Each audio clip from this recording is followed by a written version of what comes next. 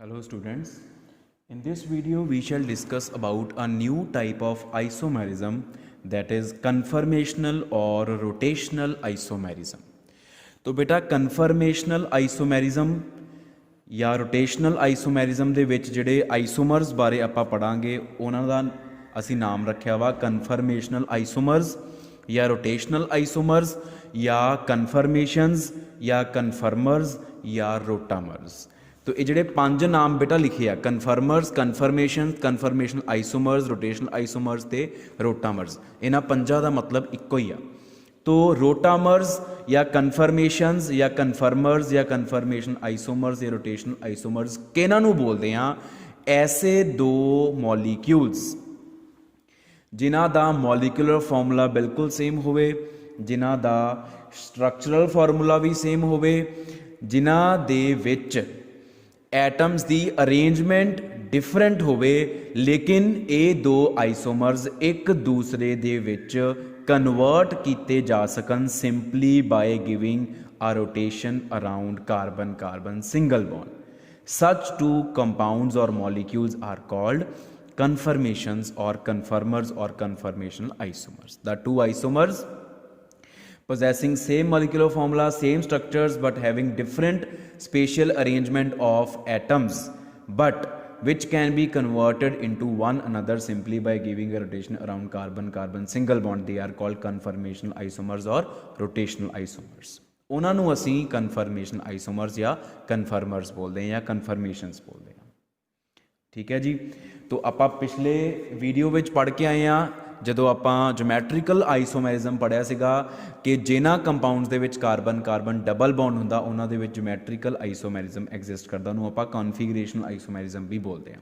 ਔਰ ਜੋਮੈਟ੍ਰੀਕਲ ਆਈਸੋਮੈਰਿਜ਼ਮ ਦੇ ਵਿੱਚ ਕੀ ਆ, ਉਹ ਕਿਉਂ ਐਗਜ਼ਿਸਟ ਕਰਦਾ? ਕਿਉਂਕਿ ਕਾਰਬਨ ਕਾਰਬਨ ਡਬਲ ਬੌਂਡ ਦੇ ਅਰਾਊਂਡ ਰੋਟੇਸ਼ਨ ਪੋਸੀਬਲ ਨਹੀਂ ਹੁੰਦੀ, ਲੇਕਿਨ ਕਾਰਬਨ ਕਾਰਬਨ ਸਿੰਗਲ ਬੌਂਡ ਦੇ ਅਰਾਊਂਡ रोटेशन पॉसिबल होंगी, क्योंकि single bond is sigma bond and sigma bond is formed due to head on overlapping. तो आप एक कार्बन फिक्स करके अगर दूसरे कार्बन को रोटेट कर भी देवांगे तो फिर बॉन्ड ब्रेक नहीं करेगा। Single bond does not break by giving rotation. इस करके कन्फर्मेशनल आइसोमेरिज्म एग्जिस्ट करता वा कार्बन कार्बन सिंगल बॉन्ड के अराउंड। डबल बॉन्ड के अराउंड कॉन्फिगरेशनल आइसोमेरिज्म जिन्होंने आप जोमैट्रिकल आइसोमेरिज्म बोलते हैं वो एग्जिस्ट करता। तो कॉन्फिगरेशन एंड कन्फर्मेशन च फर्क भी यही होंदा। कन्फर्मेशनस जिहड़ियां हुंदियां वा ਉਹ ऐसे दो आइसोमर्स होंगे जिन्होंने आप एक दूजे कन्वर्ट कर सकते हैं simply by giving rotation around carbon carbon single bond.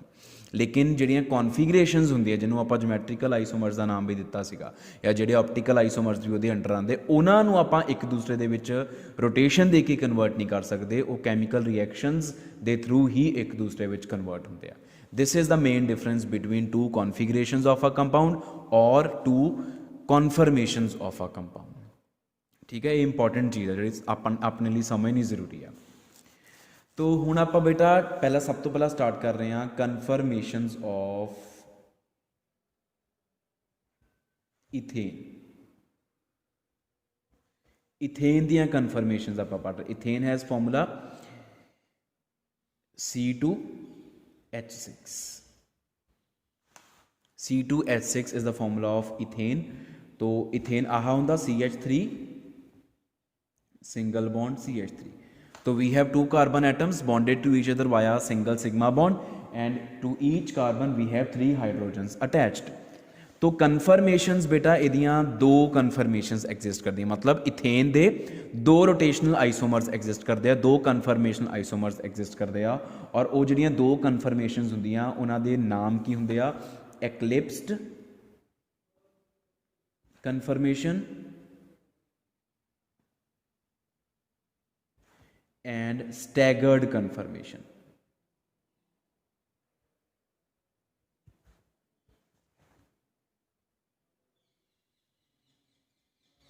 एक्लिप्स्ड conformation and staggered conformation of ethane molecule. तो बेटा एक्लिप्स्ड ते स्टैगर्ड नूं किद्दां लिखना हुंदा वा? आपां साडे कोल दो तरीके नाल असीं लिख सकते हैं। दो तरह के फॉर्मूले होंदे, वन इज़ सॉ हॉर्स फॉर्मूले एंड सैकेंड इज़ न्यूमैन फॉर्मूले। तो पहला आपां सॉ हॉर्स फॉर्मूले लिखते हैं या saw horse representation of eclipsed and staggered। Staggered ते एक्लिप्सड दी 100 हॉर्स रिप्रजेंटेशन। तो 100 हॉर्स दे विच की करना, आ 2 carbon atom 1 and 2 they are joined through a single line which represents a single bond। ਹੁਣ ਆ ਇਥੇਨ ਦੀਆਂ 2 ਕਾਰਬਨ 3 ਹਾਈਡਰੋਜਨ ਇਹਦੇ ਕੋਲ ਆ, ਉਹਦੀ ਪੋਜੀਸ਼ਨ ਆਪਾਂ ਫਿਕਸ ਕਰ ਦਈਏ, ਇੱਕ ਇੱਦਾਂ ਉੱਪਰ ਨੂੰ ਲਿਖਤਾ ਤੇ 2 ਨੀਚੇ ਨੂੰ ਲਿਖਤੇ। ਇਹਨੂੰ ਇਮੇਜਿਨ ਕਰਨਾ ਤੁਸੀਂ 3 ਡਾਇਮੈਂਸ਼ਨਲੀ ਇਮੇਜਿਨ ਕਰੋ ਇਹਨੂੰ ਕਿ ਆ 3 ਬੌਂਡਸ ਆ ਜਿਨ੍ਹਾਂ ਦੇ ਵਿੱਚ ਐਂਗਲ 120 120 120 ਇਮੇਜਿਨ ਕਰ ਲਓ, ਠੀਕ ਹੈ। ਤੇ ਇੱਕ ਆ ਲਾਈਨ ਇੱਧਰ ਨੂੰ ਬਾਹਰ ਵੱਲ ਨੂੰ ਆ ਰਹੀ ਆ।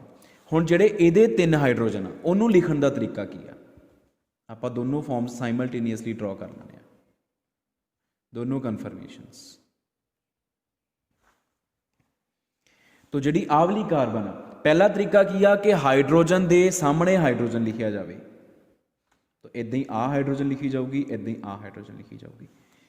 हुण इनू तुसीं 3 डायमैंशनली इमैजिन करके देखो, CH बॉन्ड के सामने CH बॉन्ड, आ वाले CH के सामने आ CH, ये सामने आह, ये सामने आह।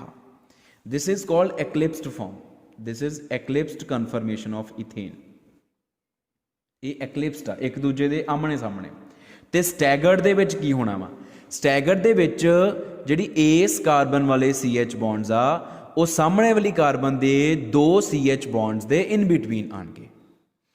मतलब हुण इनू किद्दां लिखांगे आपां, आ वाले 2 CH बॉन्ड्स इहदे सेंटर दे विच CH लिखना, वो इदां लिखिया जाऊगा थल्ले, एक इधर नूं लिखिया जाऊगा ते एक इधर नूं लिखिया जाऊगा।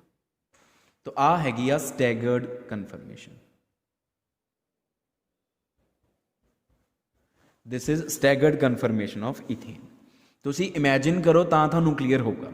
आ देख लो, आ 2 CH बॉन्ड दे सेंटर दे विच सामने वाली कार्बन दा एक CH बॉन्ड, इन्हां दोनों के सेंटर च आह आ जाऊगा तो इन्हां दोनों के सेंटर च आह आ जाऊगा। इदां ही इन्हां दोनों के सेंटर च आ गया, इन्हां दोनों के सेंटर च आ गया, तो इन्हां दोनों के सेंटर च आ वाला CH आ गया। इस तरीके दे नाल ये स्टैगर्ड कन्फर्मेशन आ। हुण तुसी इन्हां दोनों नूं एक दूसरे दे विच किद्दां कन्वर्ट कर सकते हो, simply by giving rotation around carbon carbon single bond of 60 degree. जे तुसी 60 डिग्री की रोटेशन देती, eclipsed form will be converted into staggered form, या staggered will be converted into eclipsed. तो कंटिन्यूस 60 60 दई जो, एक्लिप्सड स्टैगर्ड बन जू, फिर स्टैगर्ड एक्लिप्सड, फिर स्टैगर्ड, फिर एक्लिप्सड, स्टैगर्ड एक्लिप्सड, स्टैगर्ड, इस तरीके नाल चलूगा यह सिलसिला। तो आ 100 हॉर्स फॉर्मूले, इदां ही हुण साडे कोल है न्यूमैन फॉर्मूले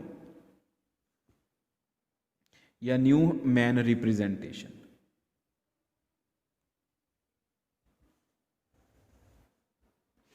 तो न्यूमैन रिप्रेजेंटेशन जिहड़ी आ वो किस तरीके नाल करते हैं, आपां एक सर्कल बनाने, ठीक है। इस सर्कल दे पिछले पासे एक कार्बन इमैजिन करो तो एक कार्बन अगले पासे इमैजिन करो। जिहड़ी हुण अगले पासे आपां इमैजिन करनी, उहदे बॉन्ड्स पूरे दिखावांगे आपां इस तरीके दे नाल। आ इत्थे आ डॉट की जगह ते कार्बन, उहदे 3 hydrogen, hydrogen hydrogen hydrogen hydrogen hydrogen and hydrogen, ठीक है।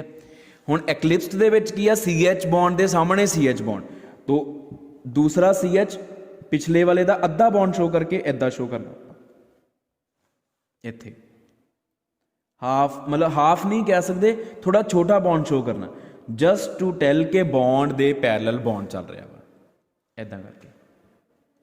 ते स्टैगर्ड दे विच की आ वाले 2 CH बॉन्ड्स दे सेंटर दे विच पिछले वाले दा एक CH बॉन्ड शो करो इस तरीके दे नाल। तो this is the eclipsed form and this is the staggered form।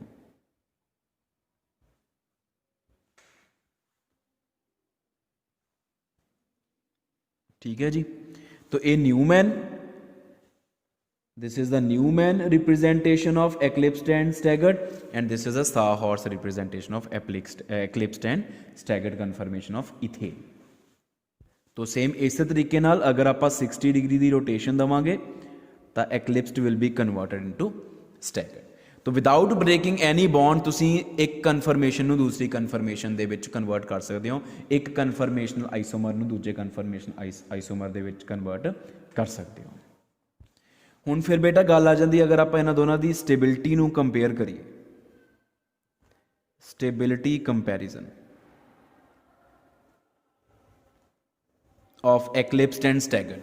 तो बेटा out of eclipsed and staggered conformation is more stable than eclipsed, means energy of eclipsed conformation is more than staggered conformation. The potential energy of eclipsed conformation is more than staggered conformation. और इन्हां दोनों की energy ਦੇ ਵਿੱਚ difference is 12.55 kilo joule. Eclipse की energy staggered की energy तो 12.55 kilo joule per मोल ज़्यादा होती है. तो सानू पता more energy less stability, less energy more stability. तो staggered is more stable than eclipsed and potential energy of staggered is less than that of eclipsed by a value 12.55 kilo joule per mole. हुण इहदे पिछे reason की है? Reason is very simple. The reason is repulsions between electron clouds. In case of eclipsed conformation, since the bonds are exactly facing each other, the CH bonds of two carbon atoms are exactly facing each other, ਉਹ ਇੱਕ ਦੂਜੇ ਨੂੰ face ਕਰ ਰਿਹਾ, so there are more repulsions between the electron clouds of these bonds. ਇਹਨਾਂ ਦੇ ਜਿਹੜੇ bond pairs ਆ ਉਹਨਾਂ ਦੇ ਵਿੱਚ ਰਿਪਲਸ਼ਨਸ ਜ਼ਿਆਦਾ ਹੋਣਗੀਆਂ. ਇਸ ਅੱਗੇ ਵਾਲੇ CH ਬੌਂਡ ਦਾ ਬੌਂਡ ਪੇਅਰ ਤੇ ਪਿੱਛੇ ਵਾਲੇ ਸੀ, ਜਾਂ ਇੱਦਾਂ ਦੇਖ ਲਓ, ਇਹਦਾ ਬੌਂਡ ਪੇਅਰ, ਇਹਦਾ ਬੌਂਡ ਪੇਅਰ, ਕਿਉਂਕਿ ਇੱਕ ਦੂਜੇ ਨੂੰ ਫੇਸ ਕਰ ਰਿਹਾ ਬਿਲਕੁਲ. ਹੁਣ ਆਹ ਲਾਈਨ ਤਾਂ ਆਪਾਂ ਬਹੁਤ ਲੰਬੀ ਡਰਾਅ ਕਰਤੀ, ਇੰਨੀ ਲੰਬੀ ਥੋੜੀ ਨਾ ਹੁੰਦੀ ਲਾਈਨ ਇਹ. these carbon atoms are very very close to each other. Angstroms ਦੇ ਵਿੱਚ ਤਾਂ bond lengths ਹੁੰਦੀਆਂ. So these carbon atoms are very very close to each other. So ਇਹਨਾਂ ਦੇ ਜਿਹੜੇ bond pairs ਆ, since they are facing each other in case of eclipsed conformation, so there are more repulsions between these bond pairs, and these repulsions lead to the more energy of eclipsed conformation and less stability of eclipsed conformation. ठीक है, bond pairs ਦੇ ਵਿਚਕਾਰ ਜਿਹੜੀ repulsion ਆ ਉਹੀ ਕਾਰਨ ਆ ਕਿ ਐਕਲਿਪਸਡ ਦੀ ਐਨਰਜੀ ਜ਼ਿਆਦਾ ਆ ਤੇ ਜਿਹੜੀ ਉਹਦੀ ਰਿਪਲਸ਼ਨ ਆ ਉਹਦੇ ਵਿੱਚ ਜਿਹੜੀ ਉਹਦੀ ਸਟੇਬਿਲਿਟੀ ਆ ਉਹ ਘੱਟ ਆ. ਤਾਂ ਬੇਟਾ ਇਹਨੂੰ ਜਿਹੜੀ ਇਹ ਸਟ੍ਰੇਨ ਆ, ਦਿਸ ਇਜ਼ ਕਾਲਡ ਟੋਰਸ਼ਨਲ ਸਟ੍ਰੇਨ. ਇਹਨੂੰ ਆਪਾਂ ਟੋਰਸ਼ਨਲ ਸਟ੍ਰੇਨ ਬੋਲਦੇ ਆ. ਆ ਜਿਹੜੀ ਰਿਪਲਸ਼ਨ ਆ, this repulsion is called torsional strain. Strain is a kind of tension ਜਿਹੜੀ ਕਿ ਮੋਲੀਕਿਊਲ ਦੇ ਵਿੱਚ ਰਿਪਲਸ਼ਨਸ ਕਰਕੇ ਆਉਂਦੀ ਹੈ, ਇਹਨੂੰ ਟੋਰਸ਼ਨਲ ਸਟ੍ਰੇਨ ਬੋਲਦੇ. these repulsive forces existing between the electron clouds, these are called torsional strain. ਤੇ ਜਿਹੜੀ ਇਹ એનર્ਜੀ ਗੈਪ ਆ ਦੋਨਾਂ ਦਾ, ਉਹਨੂੰ ਅਸੀਂ ਟੋਰਸ਼ਨਲ એનર્ਜੀ ਬੋਲ ਦਿੰਦੇ ਹਾਂ, ਕਿਉਂਕਿ ਇਸ ਰਿਪਲਸ਼ਨ ਦੇ ਕਰਕੇ ਹੀ ਐਕਲਿਪਸ ਦੀ એનર્ਜੀ ਜ਼ਿਆਦਾ ਵਾ. ਕਿੰਨੀ ਜ਼ਿਆਦਾ ਵਾ? 12.55. so this is called torsional energy, the energy gap between two conformational isomers of any compound. So this is about the ethane. Next we have conformations of propane.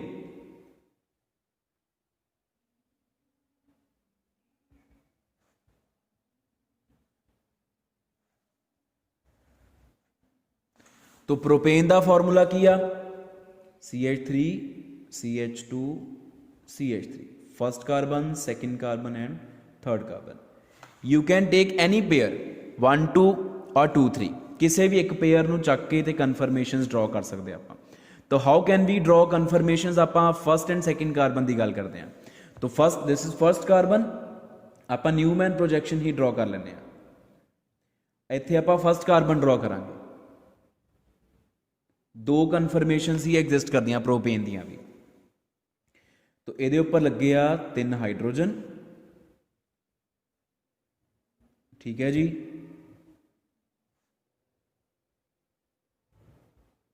पिछली वाली जी कार्बन आ वो हुण होएगी सैकेंड कार्बन. सैकेंड कार्बन ते 2 hydrogen ते 1 methyl लग गया. तो जदों आपां एक्लिप्स ड्रॉ करनी है, सेम जिद्दां तुहानूं इथेन च दस्सिया वा कि अगर बॉन्ड के सामने बॉन्ड आ गया, तो इत्थे अगर आपां मिथाइल लिख दईए, इत्थे आपां हाइड्रोजन ते इत्थे हाइड्रोजन लिखता, then this is eclipsed form. And how do we write the staggered form? CH3 hydrogen and hydrogen, this is staggered. A staggered form. ठीक है जी. तो ये दो कन्फर्मेशन हो गया प्रोपेन दियाँ. इन्होंने दोनों चो भी eclipsed is less stable, staggered is more stable.